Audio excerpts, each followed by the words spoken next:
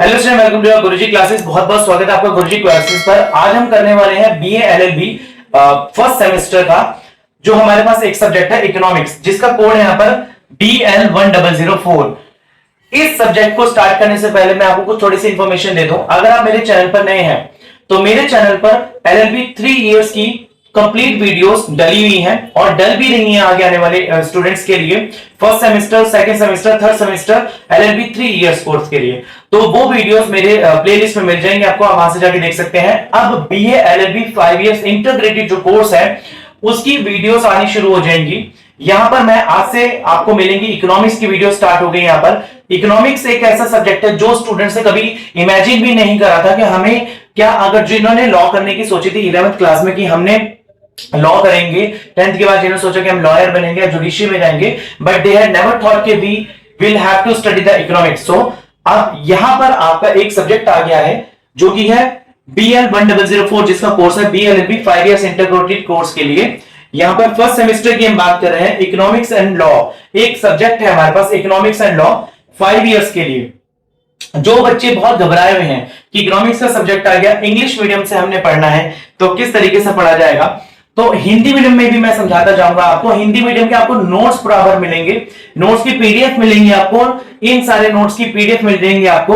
अगर आपको कुछ और बीएलएलबी से रिलेटेड के प्रैक्टिकल कब होगा, कैसे होगा, क्या क्या क्या पूछा जाएगा उसमें, और इसमें से क्वेश्चंस कैसे आएंगे, ये सारी इंफॉर्मेशन आपको गुरुजी क्लासेस पर दी जाएगी। यहां पर हम स्टार्ट करने जा रहे हैं एलएलबी का इकोनॉमिक्स एंड लॉ सब्जेक्ट। चलिए शुरू करते हैं टाइम को वेस्ट करे बिना। अगर आपको इससे एलएलबी से जुड़ी कोई भी इंफॉर्मेशन चाहिए तो आप मेरे नंबर, एलएलबी से जुड़ी कोई भी इंफॉर्मेशन चाहिए, चाहे वो 5 इयर्स कोर्स हो चाहे वो 3 इयर्स कोर्स हो, आप मेरे नंबर 8851450051 पर मुझसे व्हाट्सएप पर कांटेक्ट कर सकते हैं। तो यहां पर मैं आपको एलएलबी से रिलेटेड सारी इंफॉर्मेशन दूंगा। आपको नोट्स चाहिए, पीडीएफ फॉर्म में चाहिए इनके, ये भी आपको प्रोवाइड करे जाएंगे। आपको नोट्स हिंदी में चाहिए पीडीएफ फॉर्म में, वो भी आपको प्रोवाइड करे जाएंगे। प्रैक्टिकल में क्या चल जाएगा, इंपॉर्टेंट क्वेश्चन वो भी बताया जाएगा, प्लस कुछ और जानकारी लेंगे तो मैं पर्सनली आपसे बात करके आपकी सारी क्वेरीज को सॉल्व करूंगा जहां तक पॉसिबल हो सकेगा। चलिए शुरू करते हैं समय को खराब करे बिना। पहला मेरे पास टॉपिक आ जाता है मैटर ऑफ इकोनॉमिक्स। देखिए इकोनॉमिक्स क्या है। A majority of economics thinkers from Adam Smith to Pigou have defined the subject of matter of economy as the study of the cause of material welfare as the social science of wealth। देखिए science of wealth, जितना भी पैसे से related जो भी science है, पैसे से रिलेटेड वो सारी इकोनॉमिक्स है। हम पैसे से रिलेटेड मतलब जिसको मॉनिटरी टर्म है, जिसको मनी में मेजर कर सकते हैं, दैट इज इकोनॉमिक्स। मैं रोज बाहर जा रहा हूं, पैसा कमा के ला रहा हूं, मेरी सैलरी आ रही है, मैं एक्सपेंडिचर कर रहा हूं, खर्चा कर रहा हूं, मेरी डिमांड क्या है, मेरी डिमांड के अकॉर्डिंग मार्केट में सप्लाई क्या है, जितना भी पैसे से, ये सारा काम पैसे से ही होता है, तो वो सारा इकोनॉमिक्स है। मार्शल जो है यहां पर इकोनॉमिस्ट है। क्या है? इकोनॉमिस्ट। ये हमारे इकोनॉमिस्ट है। Marshall in a particular confined its consumption, exchange and distribution of wealth. देखिए पैसे को यूज करना या चीजों को यूज करना, इनकम को डिस्ट्रीब्यूट करना, and by man engage in the ordinary business of the life. देखिए ये हमारा ऑर्डिनरी काम है, रोज पैसा हम किस तरीके से मैनेज कर रहे हैं, किस तरीके से पैसे को यूज करा जा रहा है, मार्केट में पैसा सर्कुलेट हो रहा है। Man who are rational being and act under the existing social legal. देखिए जो व्यक्ति समझदार है, सोशल है, लीगल है, लीगल मतलब वैध है, कानूनी तौर पर वैध है, इंस्टीट्यूशनल सेटअप, जिसका एक प्रॉपर इंस्टीट्यूशनल सेटअप है। तो ये सारी टर्म्स जो भी होती हैं, जो पैसे से रिलेटेड जितनी भी टर्म्स हैं, वो सारी इकोनॉमिक्स है जो हमारी डे टू डे लाइफ में चल रही है, इस पैसे से रिलेटेड। इसके बाद ये किस चीज को एक्सप्लोर करता है, क्या चीज इंक्लूड नहीं करेगा, ये एक्सप्लोर करेगा बिहेवियर एक्टिविटी सोशलिस्ट अनडिजायरेबल। वो व्यक्ति जो सोशलिस्ट अनडिजायरेबल है, यानी कि जैसे कोई अपराधी हो गया, उसने कोई इकोनॉमिकल एक्टिविटी को अंजाम दिया, पैसा कमा के लाया, चोरी करी, डकैती करी, कुछ भी करा, तो उसको हम इकोनॉमी के अंदर ऐड नहीं करेंगे, उसकी इनकम को इकोनॉमी में ऐड नहीं करा जाएगा। Like drunkards, माइजर and thieves. कोई कंजूस है, माइजर कंजूस नहीं पैसा खर्च करना चाहता, उसके बाद पैसा बढ़ जा रहा है, तो इकोनॉमी में हम उसे कंसीडर नहीं कर रहे हैं। सो दैट इज इकोनॉमी का मैटर क्या है, जो भी चीज में सोशल वेलफेयर चल रहा है, किस तरीके से चलेगा, वो सारा इकोनॉमी हमारा हम एज अ मैटर स्टडी करते हैं। इसके बाद नेक्स्ट टॉपिक आता है हमारे पास, ये थोड़ा सा मिसप्रिंट हो गया, मैं इसके यहां पर लिख देता हूं क्या चीज है ये है यहां पर इकोनॉमी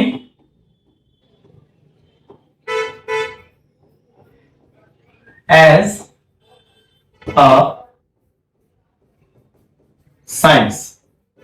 देखिए इकोनॉमिक्स एज अ साइंस, देखिए there is considerable disagreement among the economics whether economy is a science or whether economy is a science and if it is so it's positive or negative science। देखिए यहां पर अभी हमारे बीच में मतभेद चल रहा है, डिसएग्रीमेंट है कि क्या इकोनॉमिक्स एक साइंस है, विज्ञान है। अगर साइंस है तो क्या वो पॉजिटिव इकोनॉमी है या नॉर्मेटिव इकोनॉमी है, क्या चीज होती है, इसको आगे पढ़ेंगे। अभी हम बात करते हैं यहां पर कि क्या है ये। देखिए for any discipline to be science, देखिए अगर साइंस है तो क्या चीज होनी चाहिए, it must be systemised body of a knowledge. यानी कि अगर ये साइंस है तो यानी कि एक सिस्टमाइज, जो जितने भी नॉलेज है हमारे साथ एक सिस्टमेटिकली तरीके में अरेंज हो। अगर साइंस है, have its own laws and theories, इसके खुद के नियम हो, खुद के कानून हो और खुद की थ्योरी यानी खुद की परिभाषाएं हो, which can be tested by observation experimentation, जिनको हम जब भी हम टेस्ट कर सके, एक्सपेरिमेंट के साथ हम इनको टेस्ट कर सके, देखा जा सके। कैन मेक प्रेडिक्शंस, यानी कि हम कुछ मान्यताएं बना सके फ्यूचर में, जैसे कि साइंस होती है, साइंस में मान्यता ऐसा होगा तो हम ये साइंस अप्लाई कर देंगे। ऐसे इकोनॉमिक्स के अंदर हम कुछ मान्यताएं बनाएं कि अगर कुछ प्रेडिक्शन यानी कि मान्यता ऐसी कुछ हमारी प्रेडिक्शंस मतलब कि अवधारणाएं हो कि इकोनॉमिक्स में अगर ऐसा होने वाला है समाज के अंदर तो हम ये चीजें अप्लाई कर सकते हैं। और बी सेल्फ करेक्टिव, अपने आप को करेक्ट कर सके। हैव यूनिवर्सल वैलिडिटी, हर जगह पर प्रॉपर तरीके से ये अपनाई जा सके। तो इसका क्या है, इकोनॉमिक्स क्या है, एक हर जगह पर अपने प्रॉपर तरीके से अपनाई जाए। यूनिवर्सल वैलिडिटी मतलब कंप्लीट तरीके से हर जगह पर अपनाई जा सके। If these features of a science are applied to economics, अगर ये सारे फीचर्स, कितने फीचर्स, ये जितने भी फीचर्स हैं ये अप्लाई जा रहे हैं, it can be said that economy is a science. अगर ये सारे जितने भी पॉइंट्स मैंने आपको बताया, number 1, number 2, number 3 and number 4, 5 and 6, ये जितने भी है, अगर ये फीचर्स अप्लाई होते हैं इकोनॉमिक्स के ऊपर तो हम कह सकते हैं हाँ इकोनॉमिक एक साइंस है। इसके बाद हमारे पास आता है इकोनॉमी एज अ आर्ट। इस चीज को हम समझ लेते हैं थोड़ा सा कि क्या इकोनॉमिक्स एक आर्ट है। देखिए कैसे फॉर्म होते हैं, यहां पर समझते हैं इसको थोड़ा सा। Art is the practical application of scientific principle, जितने भी हमारे प्रिंसिपल्स हैं यानी कि लॉज हैं, लॉज का मतलब नियम और कानून है। ये scientific science laid out the certain principal buy put this principle into the practical use. देखिए साइंस के हमने सिद्धांत सीख लिए, इकोनॉमिक्स के हमने सिद्धांत को सीख लिया, अब इनको अप्लाई कैसे करा जाएगा, क्या ये एप्लीकेशन होने पर बिल्कुल सही काम करते हैं। पहली बात आर्ट ये बताता है to analyse the cause and the effects of the poverty falls within the preview of the science and less principle removal of the poverty. यानी कि अगर देश के अंदर गरीबी बढ़ रही है, पॉवर्टी मतलब गरीबी, तो हम इसको रिमूव करने के लिए जो हमने लॉज बनाए हैं क्या वो एप्लीकेबल है।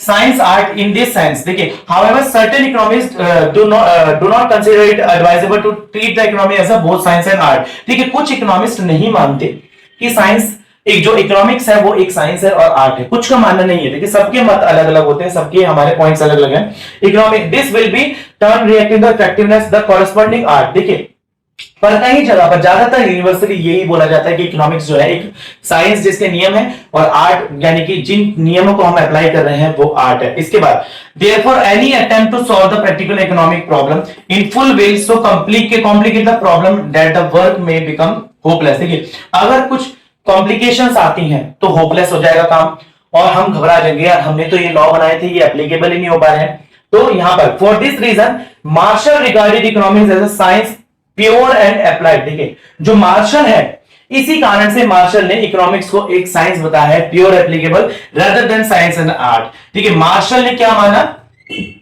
मार्शल ने इकोनॉमिक्स को एक साइंस माना, उसने आर्ट नहीं माना। ठीक है, उसने नहीं बोला एक आर्ट है, क्योंकि अगर कॉम्प्लिकेशंस होगी तब क्या करोगे। तो इकोनॉमिक साइंस है, ये हमारे मार्शल भैया ने बात बोली थी। इसके बाद हमारे पास आ जाता है this is the important topic. ये आपका एक इंपॉर्टेंट टॉपिक है बेटा, इकोनॉमिक्स पॉजिटिव और nominative economic. This is very important, paper में इससे पक्का क्वेश्चन आपका आएगा, स्टार मार्क कर लीजिए इसको, क्वेश्चन को पेपर में पक्का क्वेश्चन आएगा आपका। देखिए positive economic according to J N. Keynes, ये इंपॉर्टेंट नेम है, कीवर्ड्स हैं। देखिए आप जब भी कोई डेफिनेशंस लिखे ना, इन कुछ नाम को अपनी डायरी या कॉपी या जो भी आप नोट्स बनाते हैं वहां पर लिख के रख लीजिए कि जे.एन. कीन्स, मार्शल और प्रिग्यू जो मैंने पीछे पढ़ा था, ये कुछ नाम ऐसे इनकी डेफिनेशन, अगर आप डेफिनेशंस को स्टार्ट करेंगे तो इनके नाम के साथ स्टार्ट करिएगा। ठीक है, a positive science may be defined as body of systemise knowledge. देखिए पॉजिटिव साइंस का मतलब है सिस्टमाइजिंग, यानी कि एक सिस्टम तरीके से हमने नॉलेज को अपने अंदर संजोए रखा हुआ है। Concerning what is normative science is body of systemise knowledge relating to the criteria what ought to be. This is important, क्या होना चाहिए। पॉजिटिव साइंस का मतलब होता है, देखिए सिंपल तरीके से मैं आपको बताता हूं। पॉजिटिव साइंस का मतलब है बेटा जी, पॉजिटिव इकोनॉमी का मतलब है कि क्या होना चाहिए। एक एग्जांपल ले लेते हैं, मेरी बर्थडे पार्टी है। अब मेरी बर्थडे पार्टी को मैंने बोला कि भाई लास्ट टाइम मैंने बर्थडे पार्टी मनाई थी तो ये प्रॉब्लम है हुई थी और इन प्रॉब्लम्स को नहीं आगे हुए, तो मैं अपनी बर्थडे पार्टी को इस तरीके से ऑर्गेनाइज करूंगा कि जो लास्ट टाइम प्रॉब्लम्स हुई थी वो रिपीट ना हो। तो what ought to be, what ought to be का मतलब होता है कि क्या होना चाहिए। And concern with the ideal is distinguish from the actual. देखिए thus positive economy is concerned with the what is and normative economy is what ought to be। देखिए यहां पर आता है कि पॉजिटिव इकोनॉमी कहता है कि व्हाट इज और नॉर्मेटिव इकोनॉमी कहता है कि व्हाट ऑट टू बी। देखिए यहां पर हम इसका ना थोड़ा सा डेफिनेशन और आगे मैं आपको समझाता हूं। देखिए इसमें आगे डेफिनेशन होगी तो हम पढ़ लेते हैं, एक minute. Yes, economy as a positive science यहां पर आ गया हमारा। देखिए Robbins regard economy as a pure science, which is not concerned with the moral, ethical. Economy is natural between the economy has no right। देखिए इस चीज को पढ़ने से पहले मैं आपको पॉजिटिव इकोनॉमी का एग्जांपल बता रहा था। यहां पर एक चीज समझते हैं। देखिए पॉजिटिव इकोनॉमी, इस चीज को ध्यान से समझिए। एक एग्जांपल देता हूं मैं आपको। भारत एक ओवर पॉपुलेटेड कंट्री है और भारत के अंदर प्राइस हाई हो रहे हैं। ये है भारत के अंदर प्रॉब्लम, व्हाट इट इज, ऐसा होना चाहिए, मतलब है ये व्हाट इज। तो पॉजिटिव इकोनॉमी क्या कहता है, व्हाट इज। पॉजिटिव इकोनॉमी मेरे पास आ जाता है कि कैसा है। पॉजिटिव इकोनॉमी की अगर मैं बात करूं तो ये आ जाएगा व्हाट इज, कि क्या है।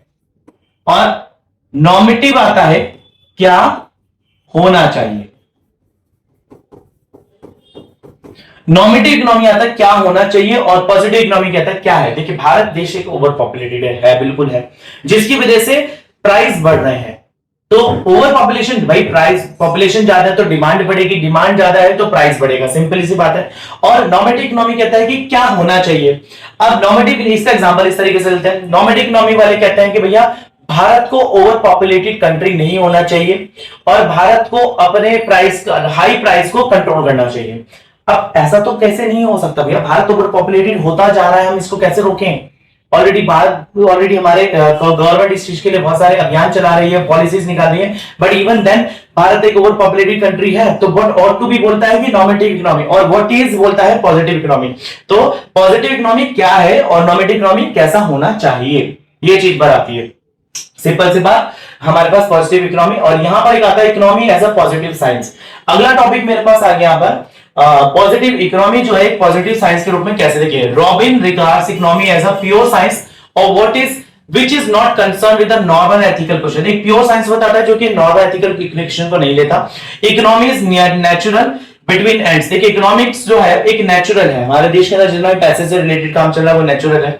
The economy has no right to pass the judgement on the wisdom fully of the end itself. देखिए इकोनॉमिक्स जो है ना वो जजमेंट नहीं देता है, न्याय नहीं देता है। न्याय का काम देने का काम तो न्यायालय का है, इकोनॉमिक्स जजमेंट नहीं देता है। He is simply concern with the problem of scarce resources in the relation to the desire. देखिए दिस इज वेरी इंपॉर्टेंट, एक कीवर्ड है स्कार्स और desire, this is another keyword. देखिए स्कार्स का मतलब होता है कमी और डिजायर मतलब इच्छा। देखिए लोगों की इतनी सारी इच्छाएं हैं, इतने सारी इच्छाओं से रिलेटेड हमारे पास कमी कितनी है रिसोर्सेज की, उसकी बात चल रही है। स्कार्स रिसोर्सेज, हमारे देश में कमी है रिसोर्सेज की क्योंकि डिमांड बहुत सारी है। इसके बाद इसका the manufacture and sale of the cigarette and wine may be injurious to health and therefore morally unjustifiable, but the economist has no right to pass the judgment. This is the sensitive। यहां पर एक कितना अच्छा example दे रखा है। हमने माना कि सिगरेट पीना एक सेहत के लिए हानिकारक है, धूम्रपान करना सेहत के लिए हानिकारक है, बट इकोनॉमिस्ट इसके ऊपर कोई जजमेंट पास नहीं कर सकते कि भैया अगर सिगरेट पीना हमारे लिए हानिकारक है तो हम सिगरेट को बैन कर रहे हैं, ऐसा नहीं कर सकता। इकोनॉमिक्स से बता सकता है कि ऐसा करने से आपको नुकसान पहुंचेगा, but you can not pass the judgement. Judgement का मतलब आप न्याय नहीं पास कर सकते कि इकोनॉमिक्स हमारे देश में मतलब सिगरेट पीना हमारे देश में गलत है, ऐसा जजमेंट नहीं पास कर सकते और इसको बैन नहीं कर सकते। Economy as a positive science. इसके बाद आता है economy as a normative science. अगर इकोनॉमी नॉर्मेटिव साइंस है तो किस तरीके से आएगी, देखिए economy is a normative science, what ought to be. What ought to be के मैंने आपको बताया कि कैसा होना चाहिए, कैसा होना चाहिए। As a normative science economy is concern with the evaluation of the economics events from the ethical view points. Marshall, Pigou, Hathaway and Fraser and other economics. देखिए कितने लोगों के नाम आ गया, मार्शल का आ गया, पिगो का नाम आ गया, हॉथवे आ गया, फ्रेजर आ गया। इन सबके नाम को आपको याद करके कॉपी में लिख लेना है और इनके नाम से ये डेफिनेशंस लिखनी है। They argues that economy is a social science which involves the value of judgments। ये आर्ग्यू करते हैं कि इकोनॉमिक सोशल साइंस है जो कि वैल्यू ऑफ जजमेंट्स यानी कि जितने भी न्याय दिए गए उनके बिना पर काम करती है। It is not objective science like a natural science, this is due to the following reason. ये एक ऑब्जेक्टिव साइंस है, ऑप्शंस दे रही है आपको, नेचुरल साइंस के ऊपर डिपेंड नहीं है नॉर्मेटिव इकोनॉमी। कैसे? The assumption on which economics laws theory principle are based related to man and his problem. हमने जितने भी थ्योरीज बनाई हैं वो हमने मान्यताएं हैं, हमने अजम्पशंस मानी है भैया कि इस तरीके से होनी चाहिए। When try to test prediction economic events on their basis, the subjective elements always enter। देखिए यहां पर क्या होता है कि हमने कुछ बोला कि हाँ भैया ऐसा करेंगे तो ये चार ऑप्शंस है, आप मान लो, पर इनके अंदर ऑप्शंस के अलावा उन ऑप्शंस की डिस्क्रिप्शन भी तो है, ऑप्शंस के साथ सब्जेक्टिवनेस भी आती है जुड़ी हुई। Economy being a social science, economic theories are influenced by the social and political factors. देखिए इकोनॉमिक सोशल साइंस है, अपने आप में काम नहीं करती। जितने भी देश के अंदर सामाजिक अवधारणाएं हैं, पॉलिटिकल फैक्टर है, वो इसको इन्फ्लुएंस करते हैं। It testing them economics are likely to use a subjective value judgement. इसलिए एक सब्जेक्टिव वैल्यू यानी कि एक विस्तार पूर्वक आपको बताना चाहिए कि इकोनॉमिक्स है क्या, ऑब्जेक्टिव्स नहीं बताने चाहिए। तो ये हमारे पास इकोनॉमिक्स का पॉजिटिव आ गया। अगला आता है यहां पर कि what is the significance of the study of economics. मतलब सिग्निफिकेंस का मतलब होता है भैया, अगर हम यहां बात करें कि सिग्निफिकेंस का मतलब आ रहा है क्या फायदे हैं, इकोनॉमिक्स को पढ़ने के क्या क्या फायदे हैं। चलिए शुरू करते हैं। The study of economic is useful for the following reason. कुछ कारणों से स्टडी इकोनॉमिक्स की फायदेमंद है। कैसे? पहला कारण आता है सिग्निफिकेंस फॉर द एकेडमिशियंस। मतलब एकेडमिशियंस का मतलब होता है economics is logical and system, जो पढ़ने वाले बच्चे हैं उनके लिए फायदा। Economics is logical systematic science, ये लॉजिक पे काम करता है, सिस्टमैटिक साइंस है। Economic theory explain how production take place, ये बताता है कि कैसे देश के अंदर प्रोडक्शन हो रहा है, उत्पाद कैसे हो रहा है देश के अंदर। ये ही how goods, this is how goods are exchange and finally consume. कैसे जो उपभोक्ता है, जो कंज्यूमर है, गुड्स कैसे बनाए जा रहे हैं, वस्तुएं कैसे बनाई जा रही हैं, वो किस तरीके से कंज्यूमर के द्वारा कंज्यूम करी जा रही है। It establish the cause and effect of the relationship, ये क्या करता है? It establish the cause and effect relation in the economic events, ये बताता है कि क्या कारण है और इनके क्या इफेक्ट होंगे इकोनॉमिक इवेंट्स के अंदर। It develops analytical power among the readers, हम जो इकोनॉमिक्स पढ़ रहे हैं उनके दिमाग में एनालिटिकल यानी कि क्या सही क्या गलत, इस चीज को सोचने की बात बताता है हमें इकोनॉमिक्स। दूसरा आता है significance for the consumer. First हमने कर लिया, सेकंड आता है सिग्निफिकेंस फॉर द कंज्यूमर। देखिए in fact the ultimate object of economics is to promote the human welfare. भैया जन कल्याण, क्या मतलब है इसका? जन कल्याण।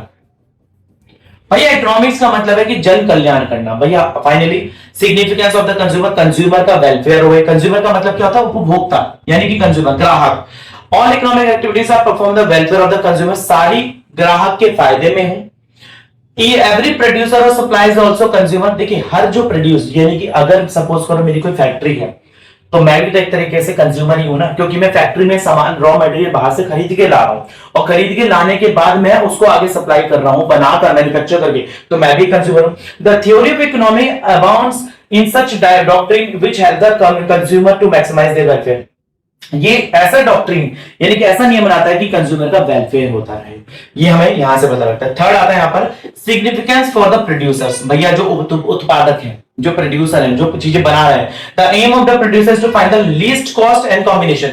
मैं चाहता हूं कि मैं कम से कम पैसा लगाकर ज्यादा से ज्यादा प्रॉफिट बना सकूं। पहली बात ये इकोनॉमिक्स हमें बताता है। Every producing unit wants to produce और मैक्सिमाइज द मिनिमम कॉस्ट। हर चीज जो मेरी बने वो कम से कम लागत पर बने और ज्यादा से ज्यादा प्रॉफिट पर बिके, ये प्रोड्यूसर चाहता है। They have the theory of economics, theory throw light upon the nature and behaviour of the cost revenue different levels of output. ये बताता है रेवेन्यू का मतलब होता है इनकम, इसका मतलब होता है बेटा इनकम। इनकम हर लेवल पर मेरी कितनी इनकम आ रही है। आउटपुट, आउटपुट का मतलब होता है उत्पाद हर लेवल पर। क्या मेरा फर्स्ट क्वार्टर में यानी कि जनवरी फरवरी मार्च फर्स्ट क्वार्टर होता है, उसमें मेरी कितनी इनकम थी। अप्रैल मई जून जुलाई अगस्त सितंबर अक्टूबर नवंबर दिसंबर, 4 क्वार्टर हो गए ईयर के अंदर। मेरा हर लेवल पर कितना मैंने प्रोडक्शन करा और कितना मार्केट में बिका और कितना मेरे को रेवेन्यू आया, ये मुझे बताता है। तो ये हमारा सिग्निफिकेंस है। अगला पॉइंट हमारे पास आता है इसमें, चौथा पॉइंट यहां पर कि significance in the price determination. भैया पैसे, प्राइस, क्या मार्केट में मूल्य होना चाहिए किसी चीज का, तो ये इकोनॉमिक बताता है। Theory of economic price is the most important part, ये मोस्ट इंपॉर्टेंट पार्ट है। ये हमें बताता है economy pricing products is very difficult decision that firms have to take under the different market conditions. Economic theory suggest देखिए अलग अलग market को देखकर अगर कोई चीज मार्केट में बिक रही है 10 रुपए की, तो मैं भी उसका प्राइस 10 रुपए रखूं या 9 रुपए रखूं या 11 रुपए रखूं, ये मेरे को डिसाइड करना है। तो यहां पर बताता है कि इकोनॉमिक्स प्राइस बताता है कि किस तरीके से डिसाइड करा जाएगा। दैट इज मार्जिनल कॉस्ट, यानी कि क्या मार्जिन होना चाहिए, becomes equal to the revenue derive from the unit. देखिए मार्जिनल रेवेन्यू, देखिए MR is equal to MR, MC is equal to MR. MC MR क्या होता है, आप इकोनॉमिक्स की मेरी 11th 12th की पुरानी वीडियोस अगर प्रीवियस में पढ़े हुए वहां जाके देख सकते हैं कि एमसीएमआर क्या होता है, मार्जिनल कॉस्ट। मैं उस पर रिलेटेड एक वीडियो बनाऊंगा, आपको डालूंगा। तो आप मेरे को कमेंट सेक्शन में बताइएगा कि क्या आप मार्जिनल कॉस्ट और मार्जिनल रेवेन्यू की वीडियो चाहते हैं, तो मैं आपको उसके ऊपर एक अलग से सेपरेट वीडियो बना के बताऊंगा ताकि बच्चों को समझ में आ जाए कि मार्जिनल कॉस्ट मार्जिनल रेवेन्यू होता क्या है। देखिए तो वो चाहते हैं कि जितना कॉस्टिंग मैंने लगाई एवरेज और जितना मेरा रेवेन्यू आया वो इक्वल हो, आसपास हो, यानी कि मुझे कुछ पैसा बच सके। तो प्राइस इस तरीके से रखा जाए कि मेरी कॉस्टिंग भी निकल जाए और मेरे को कुछ पैसा भी बच जाए। दूसरी बात, solve of distribution, solve problem of distribution. Distribution का मतलब भैया पैसा कहां बांटा जाए। पैसा देखिए यहां पर क्या है, कंज्यूमर और प्रोड्यूसर इक्विलिब्रियम लेवल पर है, जहां पर मार्केट की हम एक्सपेक्टेशन को मीट कर जाएंगे। पैसा कहां बांटा जाए, मतलब इस तरीके को कि कैसे बांटा जाए, मतलब चीज को कैसे बांटा जाए, सॉरी, सॉरी, पैसा नहीं, चीज को। Distribution of national income among the different factor production is the most sensitive difficult problem in the system of joint production. Producer are often to confronted for the problem. Their theory of distributing the suggests that various factors should be paid according to the marginal productivity. National income क्या होती है, पूरे देश की income को जो कि average करके निकाला जाता है उसे नेशनल इनकम यानी राष्ट्रीय आय बोला जाता है। वो किस तरीके से लोगों के अंदर अमंग लोगों के बीच में डिस्ट्रीब्यूट हो रही है, किस तरीके से लोगों की इनकम आ रही है, तो इस चीज को बोला जाता है कि solve the problem to distribution. कैसे बढ़ रहा है इनकम, किस तरीके से लोगों में डिमांड एंड सप्लाई है, किस तरीके से लोगों की इनकम आ रही है, सबकी एग्रीगेट एक साथ, तो इसे बोला जाता है प्रॉब्लम ऑफ डिस्ट्रीब्यूशन। इसको सॉल्व करता है। अगला टॉपिक हमारे पास यहां पर आ जाता है, economy welfare is always conceived to bear a part to a total welfare discuss. देखिए यहां क्वेश्चन है कि इकोनॉमी जो वेलफेयर होता है हमेशा conceived to bear a part to a total welfare. ये कहता है कि सबका वेलफेयर होना चाहिए, डिस्कस। इकोनॉमी या जनरल वेलफेयर, सबका वेलफेयर है। Welfare economy has defined as Scitovsky, ठीक है, Scitovsky as a the part. यहां पर ना एक क्वेश्चन है यहां पर कि इकोनॉमी जो है सबका, देखिए the part of the general body of economic theory which is concerned primarily with the policy। देखिए it is to a normative study which is concerned with judgment pass prescription। देखिए यहां पर बताता है ये पॉजिटिव स्टडी है। Economy जो है एक जनरल वेलफेयर है, हम इकोनॉमिक्स पढ़ रहे हैं तो जनरल वेलफेयर के लिए पढ़ रहे हैं, सबके समान भले के लिए पढ़ रहे हैं, ठीक है। However it is difficult to settle the welfare preposition which may be purely positive. देखिए एक ये बहुत मुश्किल बात है ये डिसाइड करना कि वेलफेयर सबका जो भी हमने डिसाइड करा वो सही है कि नहीं है। माना मेरे लिए वेलफेयर जो आपने करा वो मेरे अकॉर्डिंग राइट नहीं है, पर औरों के लिए तो हो सकता है। तो यहां पर बोलता है the proof of the pudding is Indeed in the eating. देखिए हमने किसी चीज को परोसा तो भाई खाना है। The welfare cake on the other hand is so hard to taste that was must sample ingredient before baking. यहां पर इन्होंने क्या एग्जांपल दे रखा है खाने का, किस तरीके से इन्होंने बोला कि पुडिंग जो है खाने में सही लगती है, हलवा टाइप, और अगर केक बनाना है तो आपको डिफरेंट इंग्रेडिएंट के साथ बनाना पड़ेगा। तो यहां पर positive study pointed out by the JDV ने ग्राफ में बताया था ये वाली बात को। देखिए इकोनॉमिक्स कैन जज the formulate the economic policy, however it is difficult. देखिए हम इकोनॉमिक पॉलिसीज को जज कर रहे हैं, वेलफेयर कर रहे हैं, तो इतना ही आपको सफिशिएंट है इसमें लिखने के, इससे ज्यादा नहीं लिखना आपको। एक बात यहां पर और लिखी हुई है कि general welfare to all economics and non economic goods and services that provide utilities और सेटिस्फैक्शन। देखिए जनरल वेलफेयर सब, देखिए हम इकोनॉमिक्स गुड्स के मतलब कि जो भी सर्विसेज और गुड्स हैं यहां पर उनको लोगों को प्रोवाइड कराया जाए, सेटिस्फैक्शन भी दी जाए इंडिविजुअल उनके लिविंग के लिए in a community. In this sense general welfare become a very wide complicated and implicable notion. देखिए जो जनरल साइंस है मतलब कि लोगों का समान तरीके से, समान आदर सत्कार तरीके से लोगों तक वो चीजें पहुंचे वो चाहते हैं, ठीक है। Defines economic welfare as that wide part of the general welfare which can be brought directly or indirectly into the relation with the measuring of money। देखिए इन्होंने जनरल वेलफेयर उस चीज को बोला जो कि सीधा रिलेशन में आता है मेजरिंग ऑफ द गुड। देखिए इनडायरेक्टली मतलब इसको बोला जाएगा broad direct indirectly into the relation. जो भी चीज मॉनेटरी टर्म से हो रही है, जो भी चीज मॉनेटरी टर्म से हम डिसाइड कर सकते हैं लोगों के फायदे के लिए, उसको इन्होंने बोला कि जनरल वेलफेयर वाली बात यहां पर आती है। इसके बाद हमारे पास टॉपिक आ जाता है कि इकोनॉमिक वेलफेयर होता क्या है। देखो भैया economic welfare implies the welfare of a group of society, किसी ग्रुप ऑफ सोसाइटी का welfare comprising all individual in a way it is summation of a individual welfare. देखिए एक किसी ग्रुप का और किसी एक सिंगल व्यक्ति का भी हो सकता है यहां पर welfare. Society has no mind in consciousness. देखिए सोसाइटी अपने हिसाब से नहीं चलती, ये इकोनॉमिस्ट बता रहे हैं कि सोसाइटी का ग्रुप फायदा हो। In society every person think acts differently, हर सोसाइटी के अंदर हर व्यक्ति अपने तरीके से सोचता है। There was social choice of expansion index can reflect the social welfare. देखिए समाज में बेटा जी जो बात चल रही है, हम जो भी इकोनॉमिक्स की चीजें जुड़ी हुई अप्लाई कर रहे हैं वो सब लोग समान तरीके से अप्लाई होगी, क्योंकि हर व्यक्ति की अपनी सोच अलग अलग है, सबके लिए वेलफेयर एक ही रहेगा। There are mainly two concept measuring welfare. यहां पर दो कॉन्सेप्ट है वेलफेयर को मेजर करने के।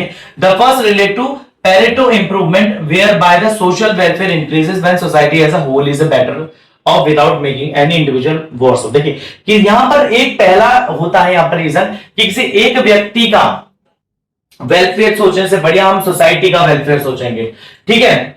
और this proposition is include that when one or more person are better off, some person may be neither better nor worse। देखिए ये बताता है कि जब एक से ज्यादा लोगों का वेलफेयर करा जाएगा तो ना तो वो खराब होगा ना ही बहुत बढ़िया होगा, ये वाली बात ये यहां पर बोलता है। It is like us free from the making interpersonal comparison।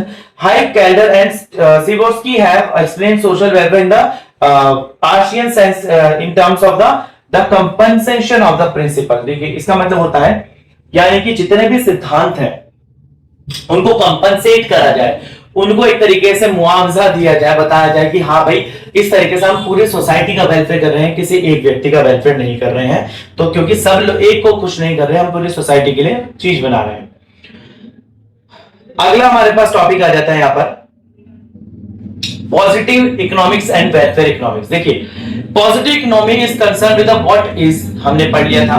It has generalization principle theory and laws which trace out casual relation between the cause and effect. देखिए जब ये क्वेश्चन बार बार आया जा रहा है तो it is very very important. Positive economic ये बताता है कि थ्योरी बताता है लॉ की which trace out casual relation between the cause and effect. ये बताता है कारण और उसके इफेक्ट क्या होंगे, यानी कि क्या चीज कारण है और क्या होंगे। As a pure positive science economics seeks to explain what actually happens.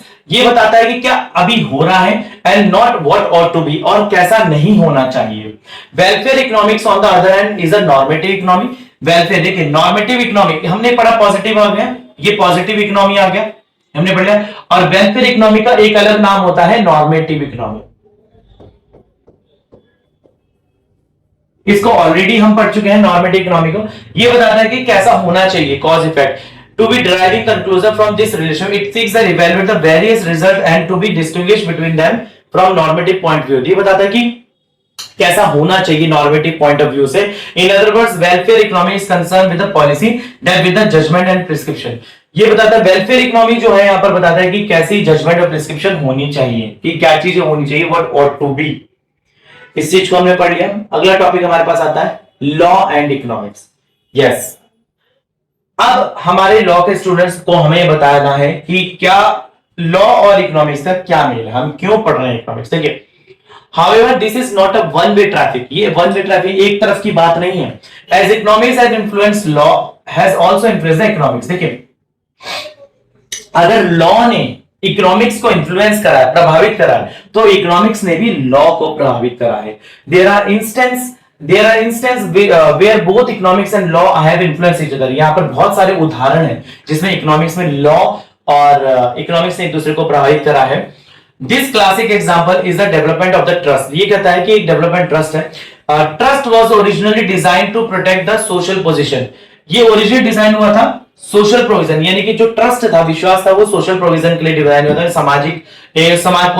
समाज की स्थिति को जानने के लिए। And property of the children of the landed aristocracies, but the concept has been enlarged and trust are shaped into the system. देखिए, जो अमीर बच्चे हैं, जिनके पैसों को किस तरीके से यूज करा जाए, जो अपने पैसों को सही तरीके से नहीं इस्तेमाल कर पा रहे हैं because of the age factor, तो इस तरीके से इकोनॉमिक्स में बताया कि लॉ में क्या क्या है हमारे पास, इकोनॉमिक्स को किस तरीके से यूज करा जाएगा।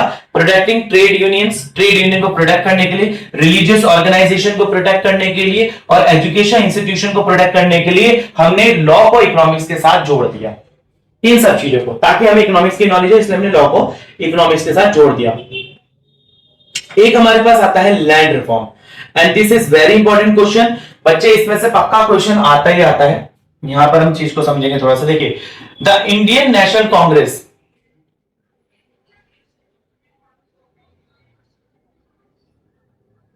देखिए, the Indian national Congress passed a resolution 1935। एक 1935 के एक्ट में उन्होंने एक नियम, एक कानून पास करा, that land reform are the vital to be economic progress of the country. ये क्या है कि लैंड रिफॉर्म मतलब कि जमीनों को सही तरीके से सही जगह पर एक जगह इकट्ठा करके उनका यूज करा जाए, स्कैटर्ड नहीं रहे, स्कैटर्ड मतलब बिखरी नहीं रहे, एक जगह पर इकट्ठी करेंगे ताकि हम उनको पॉलिसीज बचा सके, ताकि हम सारा लॉ एक जगह पर सही तरीके से अप्लाई कर सके। तो इंडियन नेशनल कांग्रेस ने एक एक्ट पास करा 1935 में, economic progress in the country. Mrs Indira Gandhi at the chief minister conference, उन्होंने कॉन्फ्रेंस करी सितंबर 97 में, emphatically said that land reform is the most crucial test which our political system must have in order to survive। एक land reform, एक सबसे land reform का मतलब होता है जमीनों को सही तरीके से अरेंज करना, ताकि सारे किसान, जितने भी हमारे वर्कर्स हैं, कितने भी हमारे फार्मर हैं, क्योंकि एग्रेरियन था उस टाइम पर हमारा जो सोसाइटी था, मतलब कि कृषि प्रधान देश था, तो इन सबको इस तरीके से मैनेज करा जाए ताकि हम ये जान सके कि हम पॉलिटिकल, राजनीतिक तरीके से और आर्थिक तरीके से हमारा देश सर्वाइव कर सकता है कि नहीं कर सकता। The land reform major broadly institution कौन कौन से थे? ए, मैंने ज्यादा नहीं लिखे, कम लिखे, क्योंकि आपके एग्जाम में इतना ही आप लिखाओ सफिशिएंट है। In the ownership of the land by the abolition intermediates and the countering ownership rights to cultivator social justice. ठीक है, यहां पर क्या था? Land by the abolition of the intermediaries and the countering, जो बीच में जमींदारी सिस्टम था ना, उसको हटाया जाए। लैंड रिफॉर्म मतलब डायरेक्ट आप सरकार के कांटेक्ट में आ जाओ, जमींदारी सिस्टम को हटाया जाए, इंटरमीडिएरीज को हटाया जाए, एबॉलिशन, और सोशल, ये सामाजिक न्याय था। More rational use of scarce land, देखिए जो कम जगह थी ना, जो कमी थी, उस जगह को यूज करा जाए सही तरीके से। Consolidation of holding, consolidation holdings का मतलब होता है कि ऐसी होल्डिंग्स जो मैं सिर्फ अपने फायदे के लिए कर रहा था, गेहूं उपजा रहा हूं सिर्फ अपने फायदे के लिए, ये वाली। कोऑपरेटिव फार्मिंग यानी कि जो भी गेहूं उपजाया जा रहा था वो सबके लिए हो। अब पहले लोग किसान क्या करते थे, अपने, जो मैंने 50 किलो गेहूं उगाया तो मैं अपने खा गया, अब कॉमर्शियल कर देगा। कमर्शियल मतलब कि वाणिज्यिक कर दिया क्या, मतलब इसको मार्केट में बेचा जाएगा, मंडी के अंदर, तो इसे इकोनॉमिक जस्टिस, आर्थिक जस्टिस बोला गया। In India land reform assume that the form of a 4 type of experiments. देखिए यहां पर आता है 4 टाइप ऑफ एक्सपेरिमेंट, किस तरीके से आगे यहाँ पर हम थोड़ा सा इसको देखेंगे, क्या क्या प्रॉब्लम्स थी थोड़ी यहाँ पर। देखिए, इन इंडिया आर्टिकल 23 का सेक्शन नंबर 1 बोलता है कॉन्स्टिट्यूशन का, prohibits bagger and other similar forms of forced labour, भिखारी और जो कि जबरदस्ती करके लेबर को काम कराया जाता है उसको एबॉलिश करता है। कहां पर ये बात लिखी है? आर्टिकल 23(1) के अंदर। एबॉलिशन एक्ट 1976 एक एक्ट बना 1976 में, एबॉलिशन एक्ट बोला गया जिसे, यानी कि बाधित एक्ट बोला गया जिसे 1976 में, सॉरी, जिसमें बोला गया inter alia impose various responsibilities on the government, identification, release and rehabilitation of the bonded labour. जो बंधुआ मजदूरी होती है, बॉन्डेड लेबर का मतलब होता है बंधुआ मजदूरी, बंधुआ मजदूरी को खत्म करने के लिए बात करेगी कौन से एक्ट में, 1976 में। The supreme court of India its anxiety to make the act work effectively introduce the following novels. उन्होंने बताया कि provision which are in the conscience with socio economic legal thinking of the country. देखो उन्होंने बोला कि supreme court of India ने बोला कि जितने भी एक्ट्स हैं इफेक्टिवली इंट्रोड्यूस करे जाएं, और जितने भी प्रोविजंस हैं ये सारे समाज के सामाजिक और आर्थिक वेलफेयर के लिए बात करी जाए, ये सुप्रीम कोर्ट ऑफ इंडिया ने बोला। इसके बाद departure from the adversarial system of justice favour judicial activism. देखिए जो भी न्यायिक गतिविधियां उनको सही तरीके से करा जाए। Linkage bondage liver to the right to live with the human dignity. जो भी बंधुआ मजदूरी है उसको अपनी एक शान के साथ जीने का मौका दिया जाए। कौन कह रहा है? आर्टिकल 21 कह रहा है हमारे संविधान का। Involving the concept of public interest litigation which according to the Supreme Court। देखिए एक PIL होता है जिसे बोला गया पब्लिक इंटरेस्ट लिटिगेशन, इस चीज को जारी करा जाए ताकि जो व्यक्ति अपने लिए आवाज नहीं उठा सकते उनके लिए PIL के थ्रू कोई और व्यक्ति उनके बिहाफ पर आवाज उठा सके। ठीक है, इसके बाद आता है यहां पर then the social and economic justice. पांचवा आता है adopting the techniques of the direction and the appointing the monitoring agencies. देखिए अब क्या गतिविधि होनी चाहिए, क्या डायरेक्शन होनी चाहिए, तो वो उनको सजेस्ट करी जाए। और मॉनिटरिंग एजेंसी का मतलब होता है कि अपॉइंटिंग द मॉनिटरिंग एजेंसी, यानी कि प्रॉपर एक एजेंसी बिठाई जाए जो कि इन लोगों का पूरा तरीके से ध्यान रखे। तो यहां पर थी बॉन्डेड लेबर। अब यहां पर आता है सोशल फंक्शन ऑफ लॉ। भैया जो लॉ है वो सोशल फंक्शन क्या करता है, यानी कि सामाजिक फंक्शन क्या करता है, उस चीज को थोड़ा हम समझ लेते हैं। तो सोशल फंक्शन ऑफ लॉ आता है, the social function of law are broadly तीन तरीके से है। Encouraging good and behaviour, discouraging bad behaviour. देखिए encouraging good behaviour, discouraging bad behaviour, criminal law and tort law. देखिए सोशल फंक्शन ऑफ लॉ क्या था, सामाजिक कार्य क्या है, लॉ का कानून का सामाजिक कार्य क्या है। वो कहता है कि अच्छे व्यक्तित्व को बढ़ाया जाए और गलत व्यक्तित्व को खत्म करा जाए। क्रिमिनल यानी कि जो भी क्रिमिनल लॉ है, और टॉर्ट लॉ। हमारे पास दो लॉ है, क्रिमिनल लॉ और टॉर्ट लॉ। आप आगे पढ़ेंगे, अगर आपको क्रिमिनल लॉ और टॉर्ट लॉ पढ़ना है तो आप मेरी LLB की 3 इयर्स की वीडियो जाके देख सकते हैं, वहां पर क्रिमिनल लॉ और टॉर्ट लॉ के बारे में मैंने बता रखा है। दूसरा आता है facilitating the people to the transaction among themselves in organising legal system. ठीक है, एक तरीके से एक लीगल सिस्टम के अंदर आप बात करी जाए, प्राइवेट लॉ मतलब कि पीपल को transaction among themselves in organised manner में लीगल सिस्टम बताया जाए। Distributing and redistributing goods and services to the people, public law. देखिए जो भी गुड्स एंड सर्विसेज है वो ऐसे कानून बनाया जाए जो जनता के लिए हो। Law normally enters the scene into the two guys as a public law organized structure and the state। देखिए यहाँ पर public law and command function as a private law, दो तरीके के public law और private law। underpinning the system of the market exchange with the structure of the rights and duties। देखिए इसमें simple ये बता रखा है कि क्या राइट्स ड्यूटी किस तरीके से लॉ काम करेगा, और economic methods of each country. Western countries for a long time believe that laissez for the fair position of the. देखिए यहां पर ये बात बोल रखी है कि पब्लिक लॉ और प्राइवेट लॉ कैसे काम करेगा, और फेयर पोजीशन क्या है, स्टेट की इंटरफेरेंस होगी इसमें या नहीं होगी, ये सारा लॉ सोशल फंक्शन में आता है। इसके बाद आपके पास आता है need for lawyers to study the economics. This is the most important topic of the day कि भैया लॉयर्स को क्या जरूरत पड़ी इकोनॉमिक्स पढ़ने की। ध्यान से समझेंगे इस टॉपिक को। A major contribution of economics. देखिए बच्चे मैं इस चैप्टर को खत्म करने से पहले एक बात बोलूं, जो यहां तक बने हुए हैं मेरे साथ वीडियो में वो वॉरियर्स हैं। आपके लिए इकोनॉमिक्स एक सब्जेक्ट होगा, पर मेरे लिए ये एक ऐसा सब्जेक्ट है जिससे पढ़ के आप अपने आप को लॉ के अंदर और भी रास्ते खोल सकते हैं।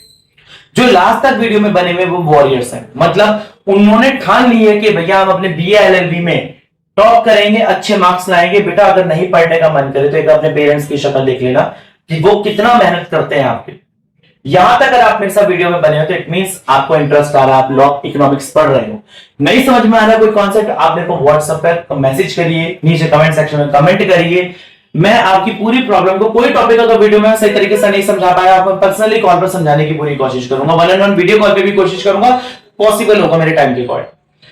समझते हैं, a major contribution of economic is the framework of theory that it gives the lawyer systematically to evaluate the legal, reveals important trade laws and the interrelation between the legal goals and the treasure through the probable effects। देखिए ये बताता है lawyers को कि market में जो trade हो रहा है वो लॉ के अकॉर्डिंग हो रहा है कि नहीं हो रहा, जो कंज्यूमर्स हैं, जो गुड्स सप्लाई हो रहे हैं, जो गुड्स की डिमांड चल रही है, वो लॉ के अकॉर्डिंग हो रही है कि नहीं हो रही है। It can draw the attention to some important questions, ये कुछ क्वेश्चन की तरफ अटेंशन करेगा, would otherwise be ignored and its insight can be complement those other social sciences. देखिए जितना भी कार्य चल रहा है मार्केट के अंदर, लॉयर्स को ये देखना है कि वो आर्थिक रूप से सही चल रहा है कि नहीं चल रहा है, बेनिफिट्स एनालाइज, क्या फायदे हो रहे हैं, use by the law reform bodies and the government, जितना भी इकोनॉमिक्स चल रहा है वो लॉ के अंडर में नहीं है, गवर्नमेंट बॉडीज के अंडर में चलाया जा रहा है कि नहीं चलाया जा रहा है। People do not respond passively to the law और no mindlessly obey but they adopt to the change cost of benefit. देखिए मार्केट में अगर कोई कॉस्ट बढ़ रहा है तो क्यों बढ़ा, लोग इतना ध्यान नहीं देते हैं। मार्केट में कोई कॉस्ट घट रहा है तो क्यों घट रहा है, ये भी नहीं ध्यान देते। पर लॉयर्स इस बात पे ध्यान देते हैं कि क्या इकोनॉमिक्स सही तरीके से काम कर रही है कि नहीं कर रही है। It may also lead to the preserve the effective that subvert the objective law. The most obvious example is the tax evasion and the avoidance. देखिए सबसे इंपॉर्टेंट क्या है, टैक्स। अगर आप लॉयर हैं, आप आईटीआर भरना भी जानते हैं, आप जीएसटी भरना भी जानते हो अगर आप इकोनॉमिक्स का स्टूडेंट है, लोग सही तरीके से टैक्स पे कर रहे हैं कि नहीं कर रहे हैं, जीएसटी टाइम पर पे हो रहा है कि नहीं हो रहा है, कितने तरीके के टैक्स है देश के अंदर, वो टाइम पर जा रहे हैं कि नहीं जा रहे हैं, कोई अनइकोनॉमिकली बात तो नहीं चल रही, ये सारी चीजों को मेजर कौन करता है, एक लॉयर कर सकता है, क्योंकि वो लॉ एंड कानून जानता है। तो एक लॉयर को इकोनॉमिक्स पढ़ना बहुत जरूरी है, इसलिए हम यहां पर आज इकोनॉमिक्स का सब्जेक्ट का पहला चैप्टर पढ़ रहे हैं। और स्टूडेंट्स आशा करता हूं कि आपको यह समझ में आ रहा होगा। यहां पर कुछ जस्टिफिकेशन है गवर्नमेंट की, उनको देख लेते हैं।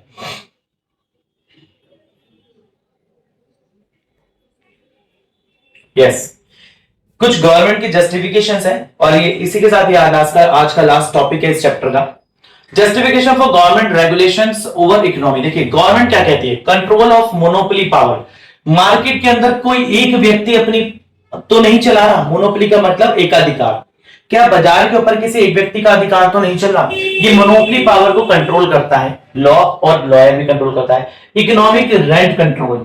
देखिए आप जितना भी रेंट हो, किसी हाउस का, किसी दुकान का, किसी भी चीज का रेंट, आप कोई निर्धारित चीज से, कोई निर्धारित तय अमाउंट से ज्यादा तो रेंट नहीं ले कि सरकार ने डिसाइड कर रखा है इतना रेंट लिया जाएगा और आप उससे 3 गुना ले रहे हैं। आदमी रेंट देते देते ही मर गया बेचारा, अपना जीविका उपार्जन मतलब कि अपनी रूटीन अपनी लाइफ को चलाने में असमर्थ है। तो रेगुलेट करना economic rent.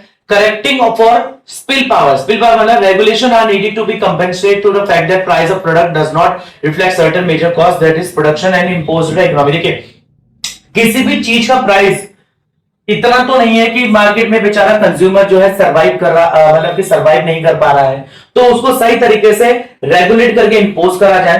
Correcting for inadequate information, जो कि मार्केट में लोगों तक, उपभोक्ताओं तक सही तरीके से इंफॉर्मेशन पहुंचाई जा रही है कि नहीं पहुंचा रही है, इनएडुकेट तो नहीं है। एक्सेसिव कंपटीशन, क्या मार्केट में इतना ज्यादा कंपटीशन तो नहीं बढ़ गया है कि जिसकी वजह से चीजों के दाम ही गिर गए हैं, चीजें औने पौने दामों पर बिक रही है, तो ये भी ना हो। तो setting the price of below variable cost in order to derive the rivals of our business, मतलब कि राइजिंग प्राइसेस और इन्फ्लेशन डिफ्लेशन, महंगाई और पैसे की गिरावट को कंट्रोल करना एक गवर्नमेंट का काम है जो कि रेगुलेट करता है इनके साथ।